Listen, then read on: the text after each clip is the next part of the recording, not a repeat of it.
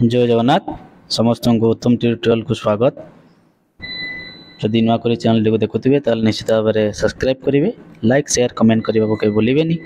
आज आम ये भिडियो आलोचना करवा इंटरनल असेसमेंट 1 दशम श्रेणी जनरल साइंस तार सठिक उत्तर आम ये भिडियो आज जाना। तो डेरी नक आसतु भिडियो आरंभ करवा।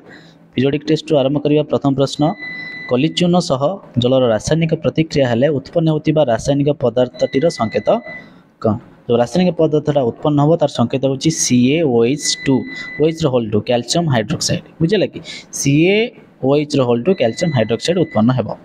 कला रंगर कपर ऑक्साइड रे लघु हाइड्रोक्लोरिक मिसाइले द्रवणटी क्रमशः केउं रंग रे परिणत होता है? सेटा हूँ नील हरित बा नील सबुज रंग रे परिणत होता है।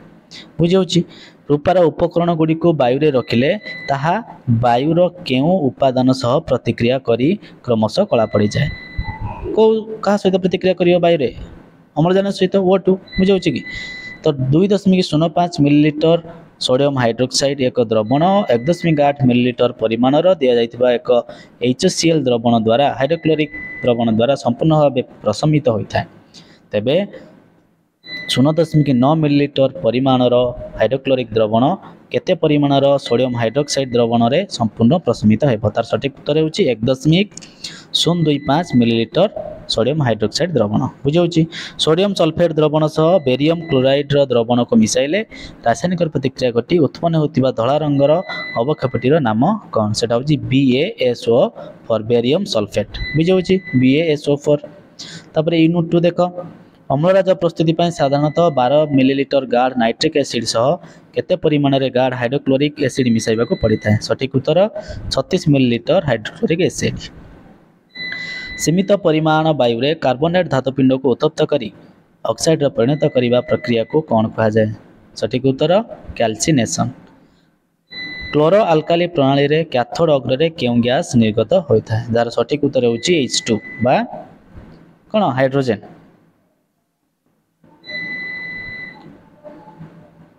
pH मूल्य 7 रु 14 पर्यंत वृद्धि पाइबा केउं आयनर गाढ़तार वृद्धिर सूचना दिए? सठिक उत्तर OH।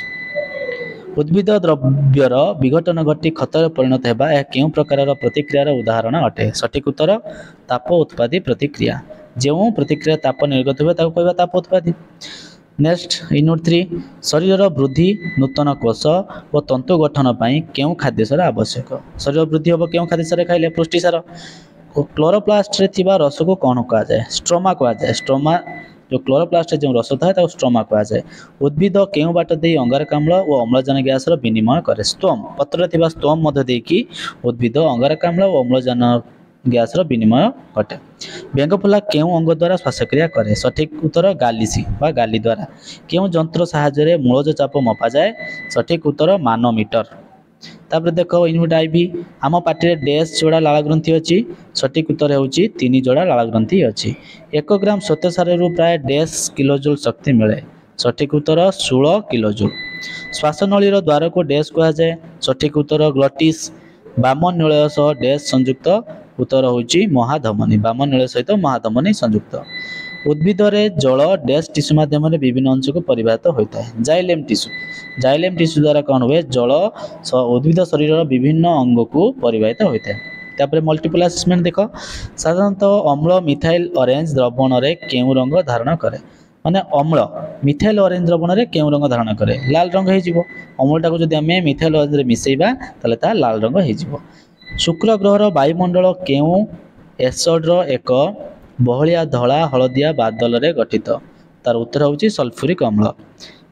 जो धातव ऑक्साइड उभय अम्ल और क्षार सह रासायनिक प्रतिक्रिया करी लवण और जल सृष्टि करे ताको कौन कहा जाए? उभयधर्मी।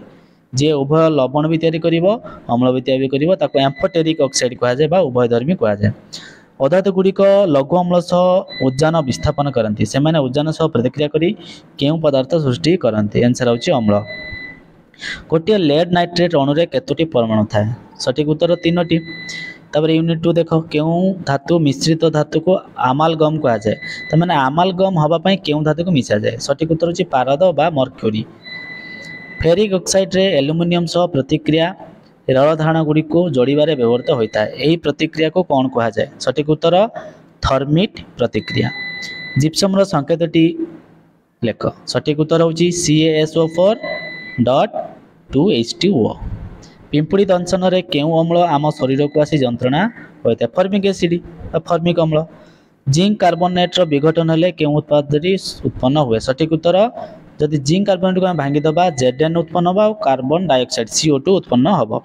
तापर देख ईस्ट मृतोपजीवी मलांग परजीवी माइटोकॉन्ड्रिया शक्ति केन्द्र एटीपी शक्ति मुद्रा उद्भिद स्तोम असरपा श्वासरंध्र मनीष रक्त हिपारिन जकलाल हिरोडिन ऊर्ध्वमा शिरा दक्षिण अलिंद फुसफुस शिरा बाम अलिंद क स्तंभ ख स्तंभ अंधार प्रक्रिया केल्विन चक्र ग्लाइकोलिसिस कोष जीवक श्वसन खाद्य जारण छिद्राल विसरण चिंगुड़ी गाली बुझेगा पिला माने ये थिला तुमर इंटरनल असेसमेंट विज्ञान प्रश्न 10वीं श्रेणी पाए।